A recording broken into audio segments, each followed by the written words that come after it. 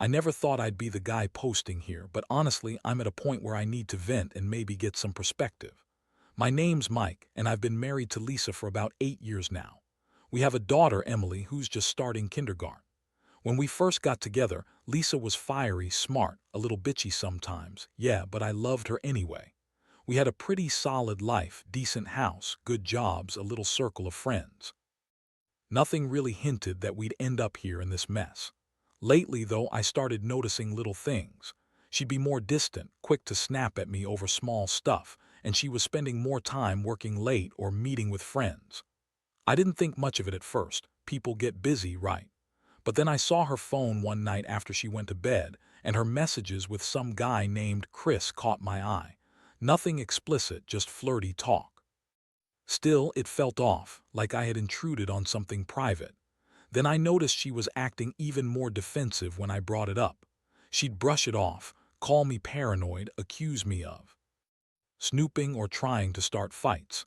She's always been good at twisting things around, making me feel like I'm the one overreacting. But I kept digging. I started checking her social media, her texts, her emails. I even installed a spy app on her phone because I needed concrete proof. And that's when I found out the truth. It wasn't just a flirt. Lisa was having sex with her daughter's kindergarten teacher, Mr. Carter. I mean, I knew she was close with the guy, it's kind of obvious, the way she'd smile weirdly when she talked about him. But I had no idea she was sneaking out after hours, meeting up with him. I checked the security footage from the house, and sure enough, after 9 p.m. she'd leave the house, go to some hotel or his apartment, and come back late at night looking exhausted, flushed, like she just had the best time of her life. It hit me like a punch to the gut. My wife, the woman I loved, the mother of my kid, was sleeping with our daughter's teacher. I felt sick. Betrayal doesn't even cover it. It's like my entire world turned upside down in a second. I couldn't believe I missed all the signs, that I'd trusted her so blindly. I mean, I knew she had a bitchy streak, but I never thought she'd cheat on me, especially with some guy who's supposed to be a role model for Emily. I stayed up that night staring at the ceiling, trying to process what I'd just learned. I felt angry, confused, humiliated. How could she do this? How long had she been lying? Was I just some fool, blind to everything? And most of all, I felt this deep ache of sadness, like I'd lost the woman I thought I knew, the woman I married. It's one thing to suspect, but seeing the proof, that's another level. I didn't sleep, kept replaying every moment, every word she'd said. The next morning, I knew I couldn't just pretend nothing happened. I had to confront her. I waited until she was making coffee, trying to act normal, like she didn't have a double life. I looked her straight in the eyes and told her I knew everything. Her face froze, then she started with her usual lies. "You're crazy, Mike. You're just jealous because I'm successful and you're falling behind at work. Chris is just a friend, a colleague. I don't know what you're talking about." I couldn't believe the audacity. She looked right into my eyes and lied again, like she thought I'd buy her bullshit. I asked her how long it had been going on, and she snapped back, "Since before Emily started school. So what? You think I'm some kind of slut? I have needs just like you do." Her tone was bitchy, hostile, like I was the one in the wrong for discovering her secret. It made me furious. This wasn't just cheating. It was her dismissing everything we had, like I was some idiot who didn't deserve the truth. I left the house that day feeling a mix of anger and heartbreak. I didn't want to blow up at her right then because I knew I needed to think, but inside I just wanted to scream, to shake her and make her understand how much she'd hurt me. I looked at Emily's innocent face, and that's when it all hit me harder. How could she do this with a guy who's supposed to be a role model for our kid? How could she betray us like this? It's like she's been living a double life and I was the last to know. After that confrontation, I didn't go back home right away. I needed space to breathe, to figure out what the hell I was supposed to do next. The day passed in a blur of anger, confusion, and a deep sense of betrayal. I kept replaying everything I knew, the late nights, her defensive attitude, those secret texts. Every moment I had missed, every sign I ignored. I realized I'd been blind, caught in some kind of fantasy that my marriage was perfect, that my wife was faithful. Turns out she's been sneaking around behind my back for God knows how long. I decided to do what any rational person would do. I hired a private investigator. Yeah, I know it sounds extreme, but I needed proof, something undeniable. I couldn't just confront her without getting concrete evidence. I wanted to see how deep the rabbit hole went. I wanted to catch her in the act if I could. The investigator followed her for a couple of days, and what I saw confirmed everything. After hours, she'd meet with Mr. Carter, often at some shitty motel or his apartment. They'd stay there for hours, then she'd come home exhausted, acting all innocent. It was like some sick secret she was hiding from everyone, including our daughter. Now I wasn't just hurt, I was furious. I felt this burning rage inside that wouldn't go away. How dare she throw our marriage away for some stupid, selfish fling? How could she betray me, the man who's been working his ass off to give her and Emily a good life? And what about Emily? This teacher, this man, is supposed to be a role model for our daughter, yet he's out there screwing my wife. I couldn't even imagine what Emily would think when she grew up and found out. It was all so messed up. I knew I had to confront her again, but this time I wanted to be ready. I kept thinking about every detail, every lie she told. I needed her to face the truth. I started planning my approach carefully. I wanted her to see that I wasn't some fool who could be lied to anymore. I also wanted to know why she did it, what was going on inside her head. Was she unhappy, bored? Did she think she could get away with it? Or was she just a selfish bitch who didn't care about her family? That night I decided I'd catch her in the act. I set up a camera in the living room aimed at the door she always left through after dinner. I didn't want to do this, but I was desperate. I sat there waiting for her to leave, heart pounding. Sure enough, around 9:15 p.m. I saw her slip out just like that. I followed the footage on my phone, watching her walk out of the driveway and into a nearby motel. She stayed there for a couple of hours, then got back in her car. I felt sick watching her. She looked different, more alive, more free, like she was finally living her fantasy. The next day I couldn't hold it in anymore. I called her at work, told her I knew everything and that I had proof. Her reaction was just as I expected: defensive, dismissive, downright bitchy. She yelled at me, called me paranoid and insecure, told me I was overreacting, and that she deserved some fun, some sex, some excitement. That. She's been boring and stale for too long, and I wasn't enough for her anymore. She said, "You're not the man I married, Mike. You're just some guy who's too busy with work and too scared to live a little." That last part cut deep. I wanted to slap her, but I just stayed silent. That moment I realized how much I'd been holding in. The betrayal, the anger, the heartbreak, everything hit me at once. I was crushed, but I also knew I couldn't keep pretending. I told her to come home, and when she did, I confronted her face to face. I wanted her to see how much she'd hurt me, how much her lies had destroyed what little trust we had left. That's when she started with her usual manipulative crap. "It's not like I was having sex with him every day," she said, rolling her eyes. "It was just a thing, a mistake. I don't even know if I still want him. But I'm not leaving you, Mike. You're overreacting. You just don't understand me." I looked at her, rage boiling inside me. How could she sit there and lie? How could she just dismiss everything like it was nothing? That's when I realized I'd been a fool for so long, trying to keep the peace, trying to be the good guy. But she wasn't a good person. She was selfish, manipulative, and careless about my feelings. I felt my chest tighten, like I was about to explode. I told her I needed space, that I couldn't be around her right now, and that I'd figure out what to do. She just sneered, told me I was overreacting again, and left the house. That night I sat alone, staring at the ceiling, trying to process everything. I felt empty, betrayed, like I'd been punched in the stomach. I kept asking myself, was I going to forgive her? Could I even look her in the eye again, or was this the end? All I knew was I had to make a decision soon. Because this isn't just about her cheating, it's about what kind of man I want to be moving forward. Do I stay and try to fix this? Or do I walk away and start over? I had no idea. All I knew is that I was hurt, angry, and tired of being played for a fool. I spent the next few days in a fog, trying to come to terms with what I'd uncovered. Every time I looked at Emily's innocent face, I wondered how she'd react if she ever found out her mother was cheating on me with her kindergarten teacher. That thought haunted me, but I couldn't let it consume me. I had to focus. My mind kept circling back to the question, what do I do now? Do I confront Lisa again? Do I just leave and hope she doesn't screw everything up further? Or do I fight for my marriage, even after this betrayal? I knew I needed to get some clarity, so I decided to talk to a lawyer.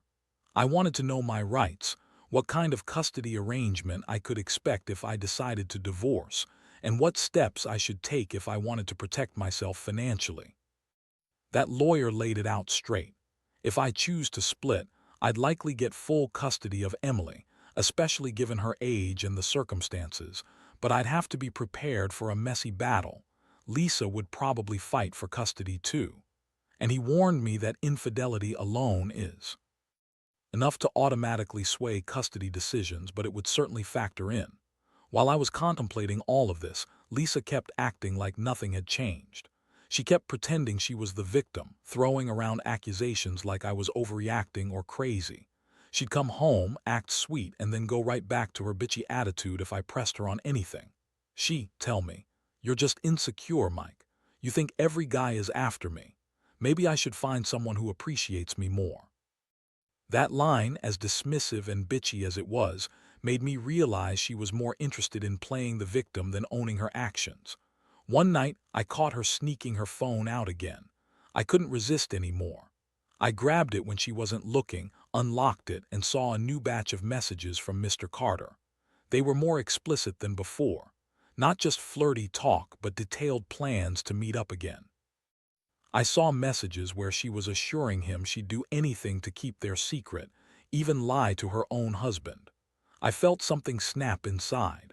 That was the point. I knew I couldn't just brush it off as a mistake or a fling.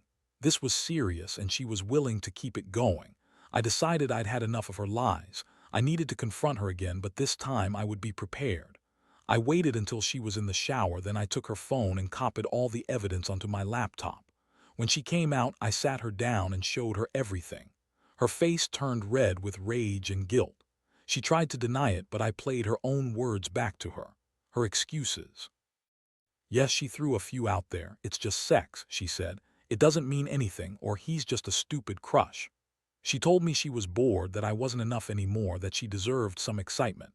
The way she said it was like I was some obstacle standing in her way of happiness.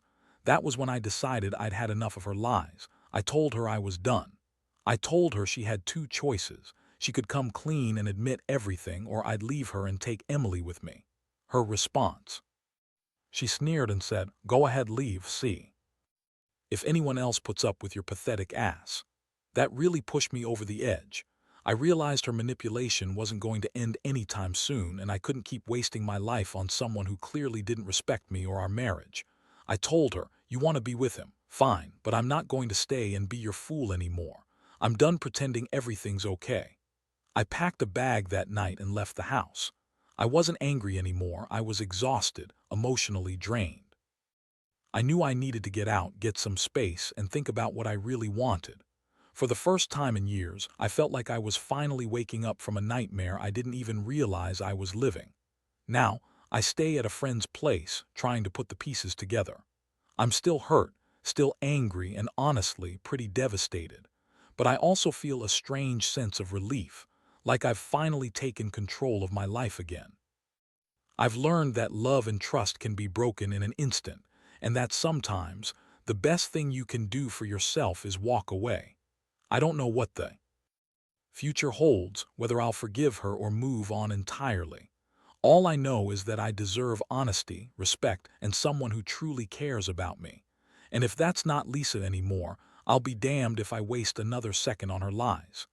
The days that followed were a blur of confusion and heavy emotions. I stayed at my friend's place, trying to get my head straight, but the truth kept gnawing at me. Every time I looked at Emily's picture or saw her little face in my mind, I wondered how I had missed all the signs. How could I have been so blind? I knew I had to make some decisions, but honestly, I felt lost. The love I once had for Lisa was filtered through a mix of anger, betrayal, and sadness. I couldn't shake the feeling that my whole world had crumbled beneath me. I started to see a therapist, not because I thought I was weak, but because I needed someone to help me process all these emotions. Talking to her brought some clarity. She told me that betrayal like this changes a person, and it's okay to grieve the loss of what I thought was my marriage. She also warned me that the pain might linger, but time would help me heal. Still, I felt like I was in a war zone inside. One part of me wanted revenge, to make her suffer for what she did, but another part just wanted to forget her, to move on and find peace. Meanwhile, I kept digging into her phone and social media, trying to find out everything I could. I discovered she'd been telling her friends about her secret affair with Mr. Carter, painting herself as a victim of my insecurities. She tell her best friend, "He's just so boring lately. I needed someone who could actually keep up with me, you know. I didn't think I'd get caught, but I don't regret it. It's been fantastic." Hearing that made my stomach turn. She'd been lying to everyone, telling her friends she was just stressed, that I was just a jealous husband, all the while sneaking around with this guy. I also learned that she'd been planning to tell me about her feelings for him and how she wanted to see where this could go. She thought she was clever, hiding it from me for so long. I realized her bitchy attitude wasn't just her personality, it was her way of deflecting, of making me doubt myself so she could keep her secret safe. The more I uncovered, the angrier I got. How could she be so manipulative, so selfish? I felt like I was living with a stranger, one who'd betrayed her own family for a temporary thrill. Through all this, I knew I had to decide whether to fight for her, try to save what was left, or just walk away completely. Deep down, I wasn't sure I could trust her again, not after what I'd seen and heard. But part of me still loved her. At least I thought I did. That love was tangled up with pain now, a mixture of memories and shattered promises. I couldn't just turn it off overnight, but I also couldn't keep pretending everything was okay. Every night I'd lay awake, replaying her lies, her sneers, her betrayal. And every morning I'd wake up feeling more exhausted than the day before. One thing I knew for sure, I couldn't live in this limbo forever. I had to make a move. I scheduled a meeting with a divorce lawyer. I wanted to know what my options were, what I could expect, and how to protect myself and Emily. The lawyer was straightforward. He said, "If you decide to divorce, you'll likely get primary custody of Emily, at least until things settle. Considering her age in this situation, it's not hard to imagine the court favoring you, especially if Lisa's infidelity is proven. But be prepared for a fight. She'll probably try to spin it differently, paint herself as the victim." Hearing that made me feel a little stronger. Maybe I wasn't completely powerless. Maybe I could take control of this train wreck. I knew I'd need to be prepared for whatever was coming, whether that was a messy custody battle, a long divorce process, or just the emotional toll ahead. I didn't want to be the guy who got played, who lost everything he worked for.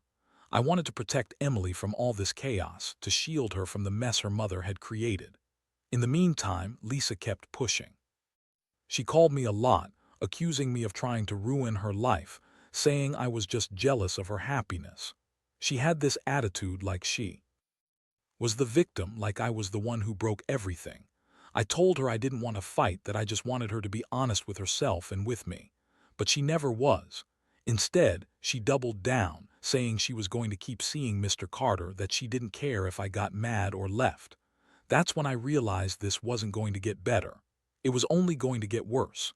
So here I am, sitting in a small apartment trying to gather myself. I've come to accept that my marriage is over, but I'm still trying to figure out how to move forward. I've realized that some betrayals cut so deep they change who you are. I'm angry, yes, but I'm also hurt and disappointed. I never thought my wife, the woman I trusted with my life, would treat me like this. But I also know I have to focus on Emily, making sure she's okay through all this chaos. Because at the end of the day, no matter how much I want revenge or justice, my priority is her. She didn't ask for any of this, and she's the innocent one here. I just hope I find a way to be strong enough for both of us. The weeks dragged on, and I found myself caught in this weird place between heartbreak and resolve. I kept replaying everything, trying to understand how I let it get this far. I'd always considered myself a decent husband, someone who cared deeply, who worked hard to keep our family together. Now, I was sitting here, feeling like I'd been stabbed in the back by the person I trusted most. The betrayal cut deep, and honestly I was angry at myself for not seeing the signs sooner. Part of me still wrestled with hope, hope that maybe, just maybe, she'd come clean, admit everything, and we could somehow fix this mess. But deep down, I knew that wasn't going to happen. I talked to a few friends, mostly just to hear a familiar voice, to keep from spiraling completely into despair. Most of them told me to get out to protect my daughter's future and to not let her mother ruin everything. That advice stuck with me. I realized I couldn't keep pretending everything was fine, especially not for Emily's sake. She deserved stability, honesty, and a father who was strong enough to do what was necessary. I knew I had to take control, even if it meant breaking apart my whole life. So I started preparing for the inevitable. I gathered evidence, kept detailed notes of everything I'd found out, messages, dates, times. I even contacted a divorce attorney again to make sure I was ready when the time came. In the meantime, Lisa kept trying to reach out, but I wasn't having any of it. Her calls started getting more manipulative, more bitchy, accusing me of ruining her life just because I uncovered her lies. She'd scream that I was trying to control her, that I was insecure, that I was jealous. Honestly, I was sick of her blaming me for everything. She was the one who lied, who betrayed her vows, who played me like a fool. One day, I found out she'd scheduled a meeting with her friends, telling them she was finally freeing herself from the boring, insecure husband and living her best life. That comment made me realize she'd already emotionally checked out. She wasn't even trying to hide it anymore. She was proud of her affair, proud of throwing everything away. That realization burned me up inside. My wife, my partner, the mother of my child, the woman I thought I knew was out there flaunting her betrayal like some trophy. I knew I had to act. I couldn't stay passive anymore. I sat Emily down that night, looked her in the eyes, and explained that Mommy was going through some grown-up problems, but that everything was going to be okay. I wanted her to know she was safe with me. I promised her I loved her more than anything and that I'd do everything I could to keep her happy and protected. That was the hardest part, to keep her shielded from the chaos that was about to unfold. She looked up at me with her big, innocent eyes and simply nodded, not fully understanding but sensing my seriousness. It made me want to cry, but I held it together. I had to be strong for her. I finally sat down with Lisa face to face and told her I was done playing games. I told her I was filing for divorce, and I wanted full custody of Emily. I told her she needed to think about what she was doing, how her actions weren't just hurting me but also destroying their relationship. She rolled her eyes and spat, "Whatever, Mike, you're just mad because I don't want to be stuck with your boring ass anymore."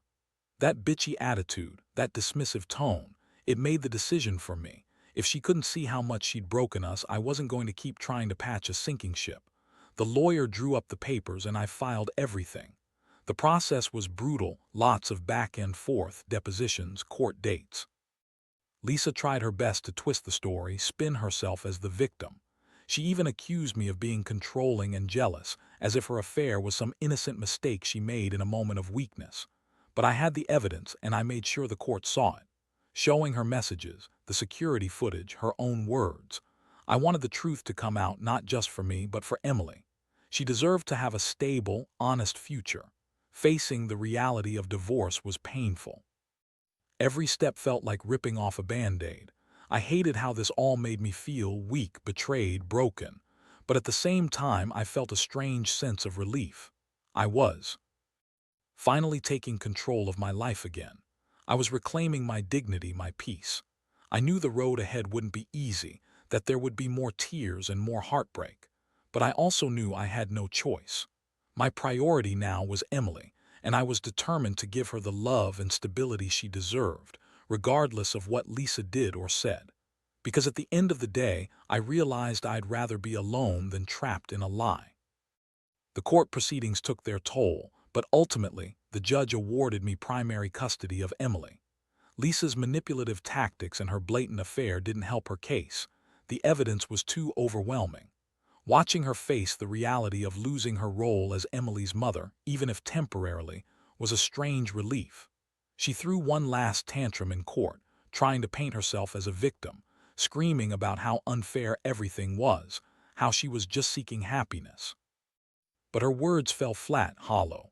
I knew her well enough by then to see that her version of happiness was just running away from her responsibilities. After the divorce was finalized, I took some time to breathe. I moved into a smaller apartment far from the chaos and focused on rebuilding my life one step at a time. Emily was adjusting surprisingly well. She still called Lisa now and then, but I was careful to keep her protected from the bitterness and anger I felt. I wanted her to feel safe and loved, not caught in the middle of adult messes. We started therapy together, just to help her process everything, and I made sure she knew how much I loved her. Looking back, I realize I've learned a lot from this nightmare. First, trust is fragile. It takes years to build and seconds to destroy. I also learned that sometimes you have to be brutal with the truth, not just for yourself but for those you love. Lisa's betrayal taught me that people are capable of hiding who they really are, even the ones you think you know best. And most importantly, I learned that I'm stronger than I thought. I survived her lies, her manipulations, her betrayal. I did what I had to do to protect myself and Emily, even if it meant losing the woman I thought I'd spend my life with. Now, I'm focusing on rebuilding my life, slowly, carefully. I've started dating again, not rushing into anything but learning to trust again. I've come to accept that sometimes the best thing you can do is walk away from what's broken and start fresh. It's not easy. It's painful every single day, but I know I'm doing it for Emily, for myself, and for the chance to find a real happiness that isn't built on lies. If I could give anyone advice based on all this, it would be this: don't ignore the signs. If someone shows you they don't value honesty or respect, don't convince yourself it's going to get better. Be brave enough to face the truth, even if it hurts, because living in denial only prolongs the pain. And above all, never let anyone make you feel guilty for choosing your dignity and your child's future over a relationship built on betrayal. That's what this has all taught me: how to survive, how to stand tall, and most importantly, how to move forward without the darkness of lies clouding my life anymore.